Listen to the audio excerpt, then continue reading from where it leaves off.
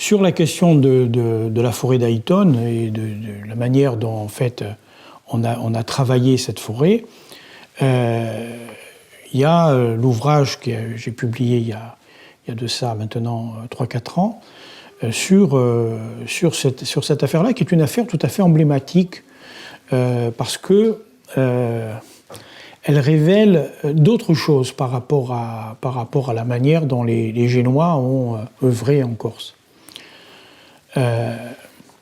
En fait, très souvent, nous voyons l'histoire de notre côté. Là, dans le cas présent, la forêt d'Ayton, un peu comme dans l'affaire de Galérie à la fin des années 1590, on a en fait un système qui se met en place du fait de la politique génoise. Les Génois, Gênes a été une puissance maritime pendant longtemps, une puissance extrêmement forte sur la mer. À la bataille de la Méloure, ils avaient 80 galères. À la bataille de Courtsault, ils en avaient 90. Donc, ils avaient vraiment des flottes importantes. Il faut se rendre compte que, à un moment donné, Gênes abandonne sa stratégie sur mer et change de stratégie pour se mettre à la queue, pratiquement, du système espagnol. Pour reprendre une vue plus récente, c'est le parapluie atomique façon espagnole. À l'époque, c'est pas comme après 1945, mais c'est un peu le même système. C'est-à-dire qu'en fait, les Espagnols offrent aux Génois tout l'aspect militaire. Tout ce qui est militaire, en fait, dépend complètement de l'Espagne. Et donc, à partir de ce moment-là, Gênes n'a plus besoin d'avoir une armée, Gênes n'a plus besoin d'avoir une marine. Les Génois, en fait, vont se contenter d'un nombre extrêmement réduit de galères à la bataille de Lépante. L'État génois, c'est 3 galères. Alors, il faut faire très attention, 3 galères sur 25. Il y a 25 galères dites génoises. Il y a 3 qui appartiennent à l'État et 22 qui appartiennent à des privés qui louent leur flotte à travers Gian Andrea Doria, au roi d'Espagne. Donc, bien comprendre cette idée-là, 3 galères, ce qui est ridicule. C'est ridicule. Quand on compare le nombre de galères aux galères que pouvaient avoir les Génois à la fin du XIIIe siècle, on est surpris de voir Gênes un peu dans cette situation-là. Et qu'est-ce qui se passe? Eh bien, il faut se rendre compte que le jeu politique génois est un peu comme le jeu politique actuel, si vous voulez, en France et un peu partout. C'est-à-dire qu'en fait, vous allez avoir bien souvent, et c'est souvent des jeunes, qui, à un moment donné, remettent en cause la situation, disent « mais c'est pas normal, il faudrait que nous ayons notre indépendance militaire par rapport aux puissances qui sont autour de nous ». Et ces jeunes, on va les voir apparaître à la fin du XVIe siècle, déjà dans un premier temps, au moment de l'affaire de Galérie, c'est-à-dire au moment où les Génois vont venir s'occuper des forêts de Galérie pour les mettre en forme, pour pouvoir bénéficier de ces forêts, la forêt de Lucca, la forêt de Montagione. Ces forêts vont être travaillées pour la fabrication de nouvelles galères, de galères supplémentaires pour arriver à 4, 5 ou 6, etc. Et donc, cette construction-là, qui est classique en Occident depuis la Deuxième Guerre mondiale, c'est-à-dire que régulièrement, on en appelle au man du général de Gaulle, ou etc. Enfin, c'est toujours la même politique. Ces gens-là représentent une partie du système génois qui ne se contente pas de la situation qui est la situation installée, si vous voulez, à la suite de la mainmise sur Gênes par l'Espagne. Donc, ça, c'est le premier élément. Galère, premier niveau. Deuxième niveau, dans les années 1630. Dans les années 1630, les Génois reçoivent un gros coup sur la tête. Ce gros coup sur la tête, il est porté par le pape. Le pape dit, finalement, qu'est-ce que c'est que Gênes? C'est une république. Une république, ça passe après mes cardinaux, ça passe après telle ou telle puissance, etc., etc. Donc voilà les Génois repoussés véritablement vers le bas de l'échelle sur le plan de la reconnaissance internationale. Et donc on est vraiment dans cette situation-là, et c'est la raison pour laquelle d'ailleurs les Génois vont faire valoir à nouveau la Corse comme royaume. Le royaume de Corse réapparaît à ce moment-là, c'est-à-dire qu'en fait, les Génois ont besoin, par rapport au Vatican, de faire la liste. Ils font une grande liste, Chypre, la Crète, la Sardaigne, etc., etc., la Corse. Mais le seul problème, c'est que la liste est très longue des royaumes qu'ils ont dominés à un moment donné, mais il n'en reste plus qu'un, c'est la Corse. Donc, en 1637, c'est la Corse qui vient couronner le doge génois Agostino Pallavicini. Dans le même temps, on envoie en Corse, alors pourquoi en Corse? Parce que, en fait, pour avoir du bois, les Génois sont obligés soit de faire venir du bois des Alpes, de la région des actuelles Alpes-Maritimes.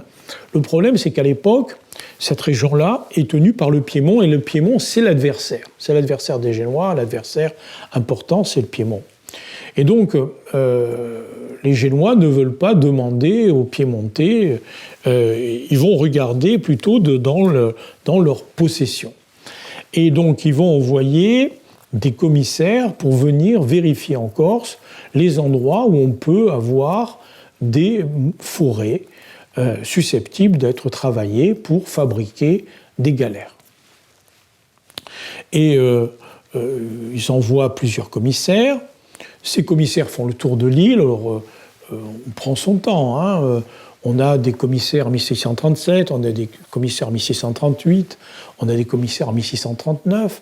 Et ces commissaires font le tour de l'île, notent toutes les forêts possibles et imaginables, et puis ils en repèrent une qui est l'endroit véritablement béni des dieux, c'est la forêt d'Ayton. Et on le voit très bien parce qu'il y a des commissaires dans un premier temps qui sont génois, dans un deuxième temps qui sont italiens, dans un troisième temps qui sont étrangers, et on va avoir y compris un De Witt, c'est-à-dire en fait un Hollandais qui va venir l'année 1639 pour regarder ce qu'on peut tirer de la forêt d'Ayton. Alors le De Witt, il est extrêmement surpris, il ne s'attendait pas à ça. Et là, il arrive, et il est devant une forêt, il ne voit pas de forêt, lui il voit une flotte. Donc il voit cette flotte est magnifique, et il y a de quoi véritablement fabriquer une flotte extraordinaire. Il tient vraiment l'endroit magique. Et donc, à partir de 1639, les Génois savent qu'ils ont là la possibilité de réaliser des travaux pour la fabrication d'une flotte qui permettrait de dépasser les 3 ou 4 galères qu'ils ont à cette époque-là. Alors, ça, c'est sur le papier.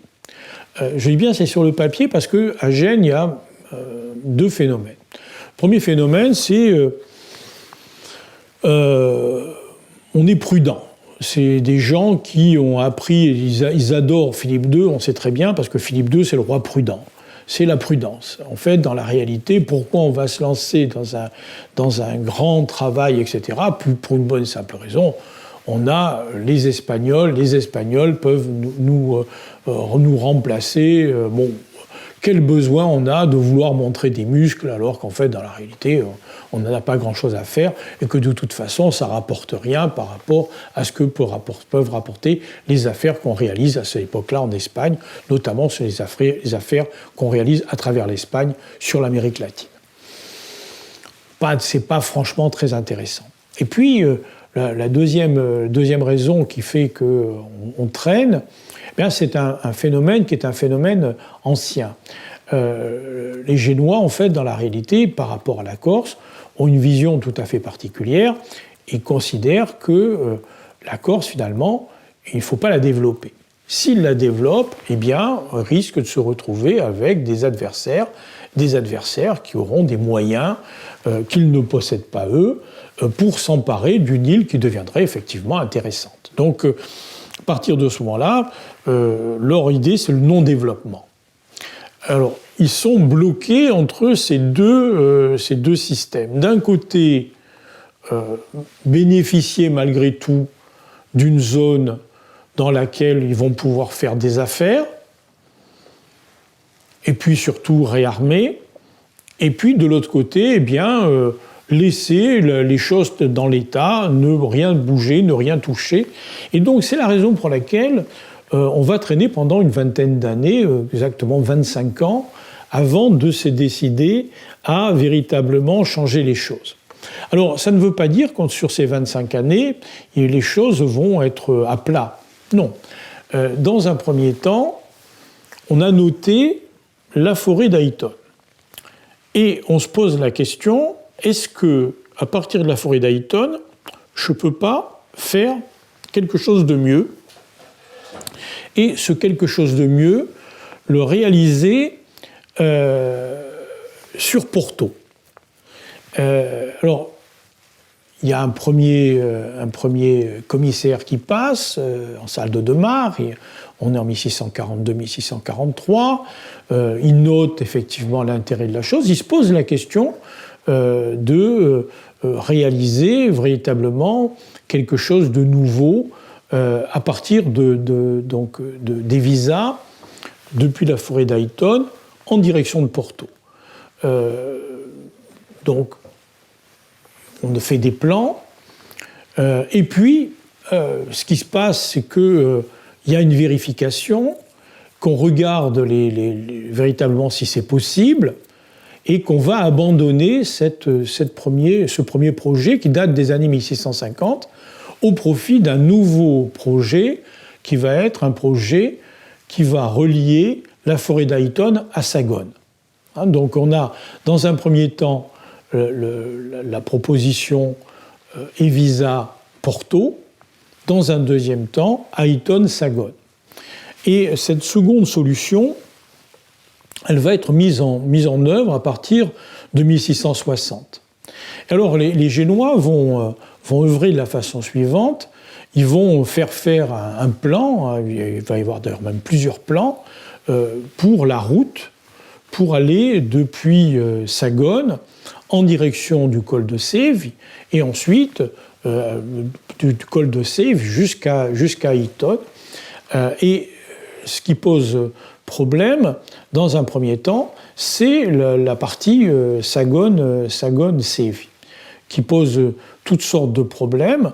C'est pratiquement l'actuelle route telle qu'elle existe entre Sagone et le col de Saint-Antoine. Il y a pratiquement, de ce point de vue-là, on a très très peu changé de choses. On a un petit peu amélioré les choses, mais très peu. Le problème qu'il y a, c'est que dans la partie descendante, il y a un morceau qui, semble-t-il, leur a posé de très gros problèmes. Et puis, de l'autre côté, il faut qu'ils franchissent des ruisseaux, etc., notamment du côté de Christinach.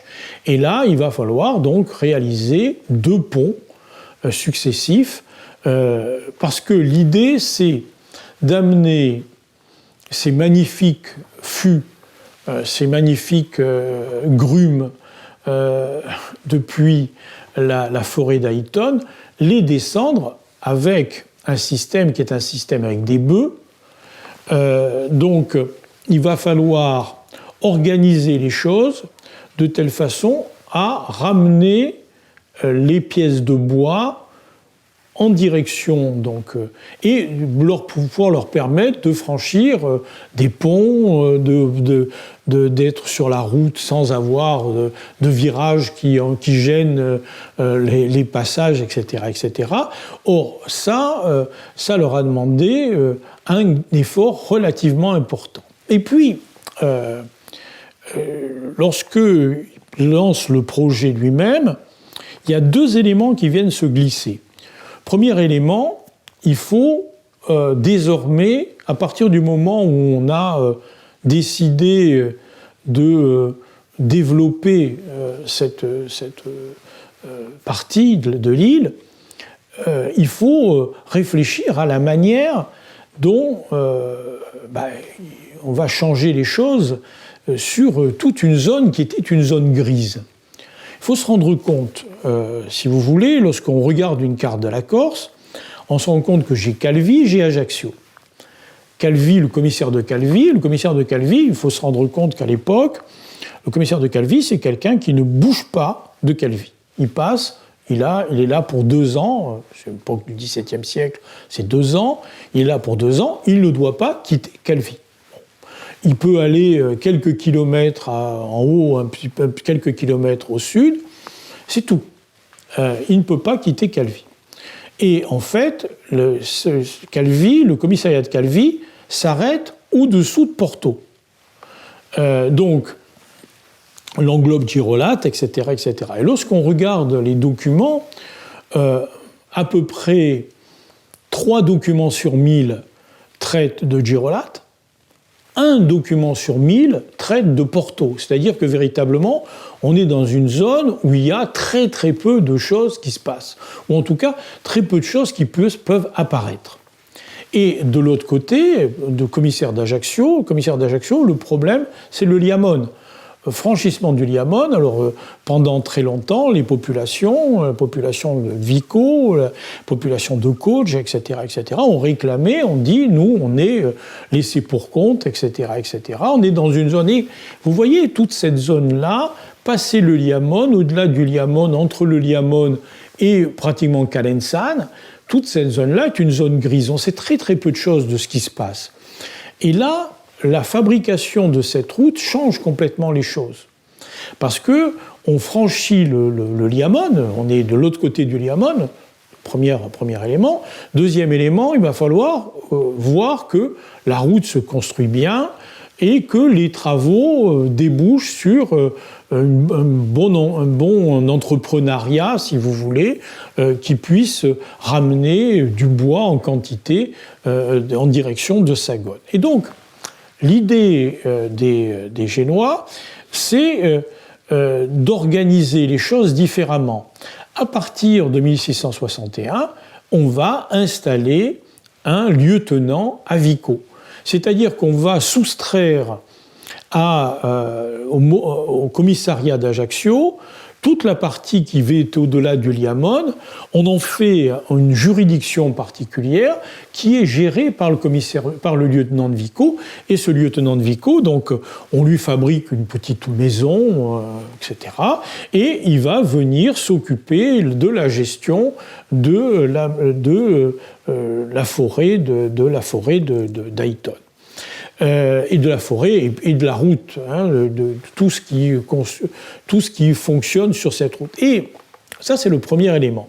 Le deuxième élément, qu'est-ce qu'on peut ramener de la forêt d'Ayton ? Essentiellement, ce qu'on va y chercher, c'est du laricho.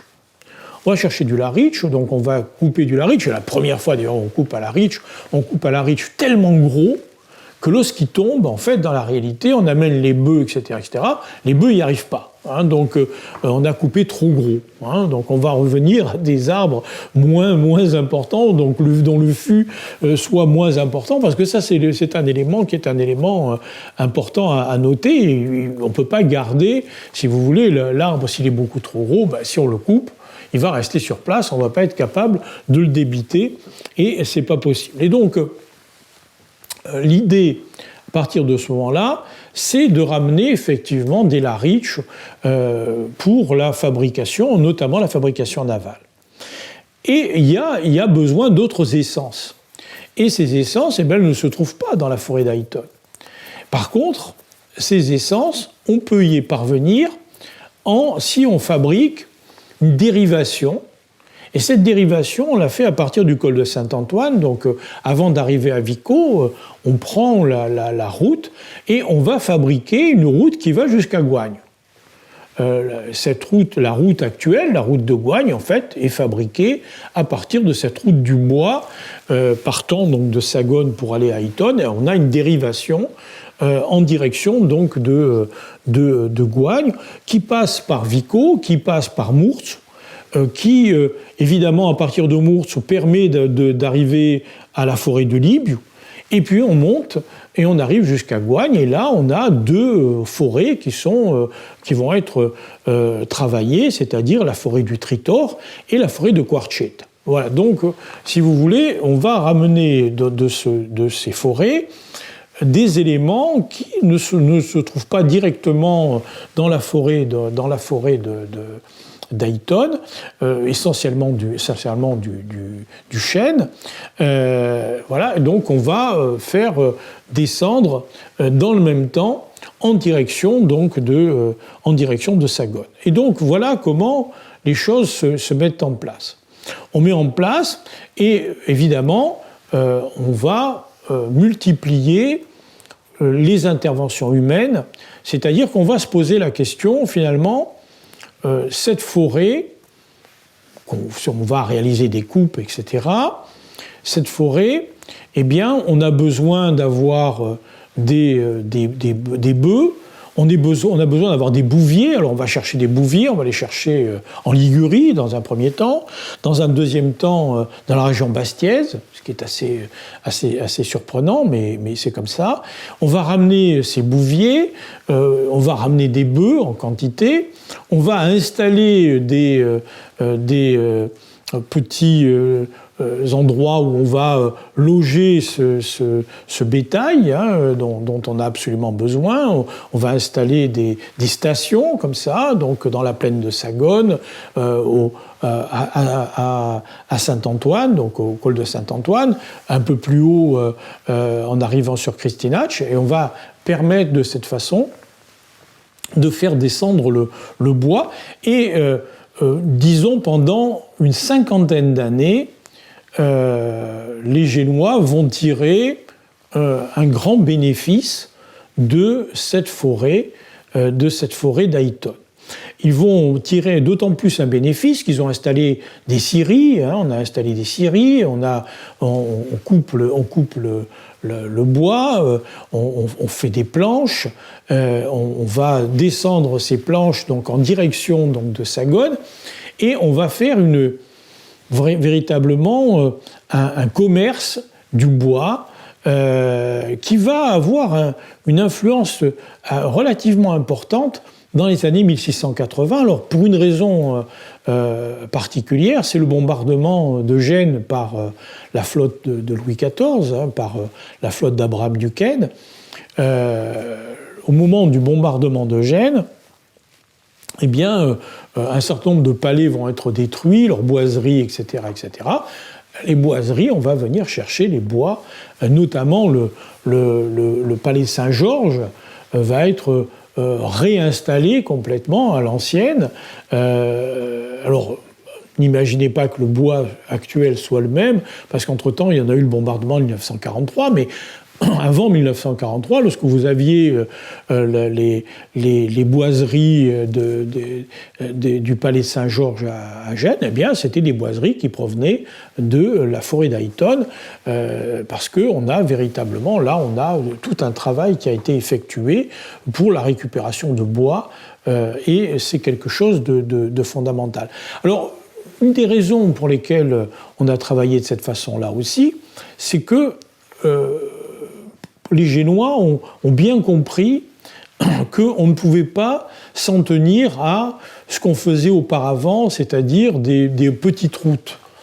Vous voyez, si je compare deux forêts qui ont été vraiment travaillées au cours du XVIIe siècle de manière presque constante, en tout cas dans la deuxième moitié du XVIIe siècle pour Ayton. Si je la compare à la forêt de Stele, c'est-à-dire la grande forêt qui va de Santo Petro-di-Tane jusqu'à Borgo, cette grande forêt, ce massif forestier, très important, mais qui va être en grande partie détruit au moment des guerres du XVIIIe siècle. Si je compare, eh bien, je me rends compte qu'en fait, pour travailler ces forêts-là, on a finalement des routes qui sont des routes de second plan. Pas des routes forestières comme la route de Sagone-Ayton. On a, oui, la possibilité de travailler, mais c'est pas au même niveau. On comprend très bien que désormais, il ne s'agit pas simplement de morceaux de bois ou de planches, etc. etc. Il s'agit de grands fûts, il s'agit d'éléments qui peuvent faire 20 mètres de long ou 30 mètres de long.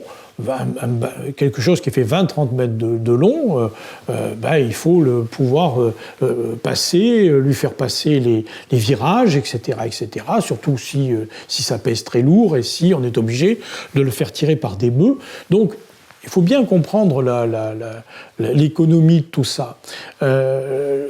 Pendant une cinquantaine d'années, des années 1660 jusqu'aux années 1710, avec des périodes de haut et de bas, il y a eu des périodes plus ou moins riches, mais en tout cas, il y a une constante. Cette forêt d'Ayton sert tout à fait pour la fabrication d'abord, dans un premier temps, de la flotte, de construire la flotte génoise, dans un deuxième temps, acheter des planches en grande quantité. On a des paquets entiers de trattes, c'est-à-dire d'éléments de l'aide d'exportation par paquet de 6, par paquet de 12 de planches provenant d'Ayton. Et on va avoir toute une petite flotte qui va venir s'installer. Alors, évidemment, flotte plus importante avec des galères notamment pour transporter lorsqu'il s'agit de mâts, par exemple, de fûts longs.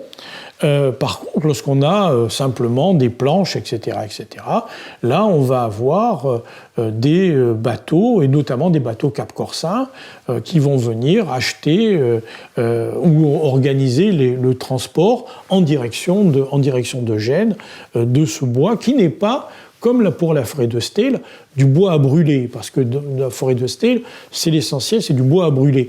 Là, c'est du bois véritablement qui sert notamment pour la charpente, qui sert pour les intérieurs de maisons, etc., ou pour la construction de navires. Donc on est véritablement dans une optique assez riche.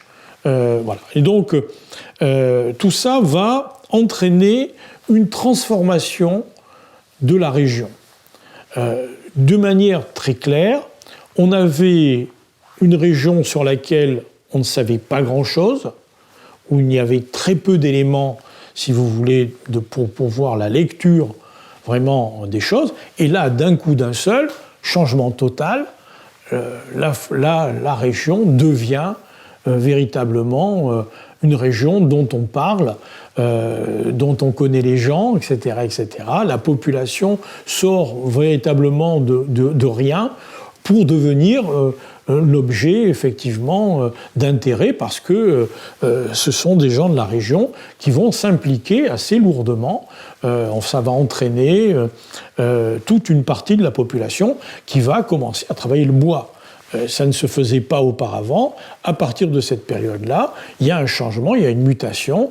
Il y a des gens qui vont venir, même de très loin, qu'on va voir venir s'installer. Alors, c'est des scieurs de long. Alors, scieurs de long, très souvent, proviennent de Barcelonnette ou proviennent de Toscane, la zone de la Garfagnane. Donc, c'est tout à fait classique de voir des sieurs de long, mais des bûcherons, et puis au fur et à mesure, on va avoir la possibilité de la transformation, d'avoir des huiles, etc., et puis des nouvelles essences, et on va avoir une transformation de gens qui jusque-là étaient plutôt des paysans, etc., et qui vont progressivement basculer dans un travail qui concerne le bois. Et une partie de la population des environs d'Highton va se tourner à ce moment-là vers le travail du bois, et on va voir apparaître aussi des familles qui vont venir d'assez loin et qui vont peupler les villages qui sont autour des visas, et on va avoir un changement même au niveau de la population locale. Donc voilà comment les choses se mettent en place. Alors, bien comprendre, au moment des révolutions de l'île, tout ça a déjà périclité. Les derniers travaux qui ont été effectués dans la région datent des années 1710. Il ne semble pas qu'il y ait une continuité totale jusqu'aux révolutions. Donc, au moment des révolutions, on ne peut pas dire que ce sont les révolutions de l'île qui ont cassé le système. En fait, dans la réalité, le système était déjà en mauvais état au moment des révolutions de l'île.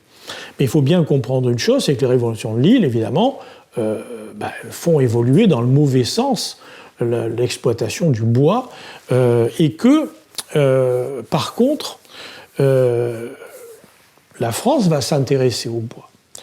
Et en grande partie, une des raisons pour lesquelles la France va se préoccuper de la Corse dans les années 1750-1760, c'est-à-dire avant la conquête, c'est le bois qui intéresse effectivement les Français.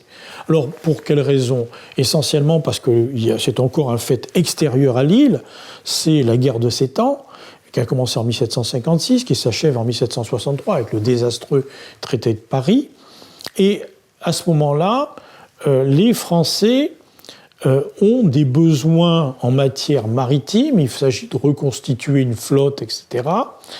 Ils commencent à regarder en Méditerranée pour voir là où ils pourraient obtenir du bois qui manque pour les constructions maritimes. Et à ce moment-là, ce qui se passe, c'est que, semble-t-il, ils se tournent vers Pascal Paul. Il se tourne vers Pascal Paul et en essayant de s'arranger avec lui, puisque les Génois ne tiennent plus que quelques villes littorales, pour s'arranger avec lui, pour passer des accords de telle façon à pouvoir bénéficier complètement de ce bois. Et lorsque la Corse passe à la France l'année 1769, même si ça n'est pas une vente comme on nous l'a expliqué, mais au contraire une mise en gage de l'île, eh bien les Français vont profiter de la situation, ils vont remplacer les Génois dans la construction et bénéficier totalement dans les années 1770 et surtout 1780, au moment de la période qui précède l'affaire américaine, c'est-à-dire l'alliance entre les Français et les insurgents américains, pour la fabrication d'une flotte, ils vont se servir énormément des différentes forêts. Alors, ce n'est pas seulement la forêt d'Highton, c'est la forêt de Quartzsche, c'est la forêt de Tritor, c'est la forêt de Libio, etc., qui vont être mises à contribution pour l'effort de guerre français. Et on sait que là, véritablement, il y a eu un impact important, ce qui va porter les choses. Et ce qui nous montre là, cette importance, c'est aussi le fait que le port de Sagone, au moment de la Révolution, va être doté d'un système de batterie maritime, de telle façon à croiser 3 tirs, un tir qui provienne de dessous la tour de Sagone, un qui provienne de Dardanne, c'est-à-dire du creux du côté de Cauge à Sagone, et puis de la Punta San Giuseppe à l'autre bout, et les 3 tirs se croisent de telle façon à gérer le golfe de Sagone contre un ennemi qui pourrait venir de l'extérieur. Et on sait parce que en 1813, une flotte anglaise, enfin une petite flotte, quelques navires britanniques, mais c'est des gros bateaux, des très gros bateaux avec une puissance de feu extraordinaire, va venir se présenter devant Sagone et vont couler un des 2 navires qui transportent en fait du bois. C'est un des deux navires français vont être coulés dans le port de Sagone. On connaît l'histoire parce que l'Ancora Memoria, etc., nous raconte cette histoire du bateau. Et en fait, ce bateau révèle la raison d'être de Sagone.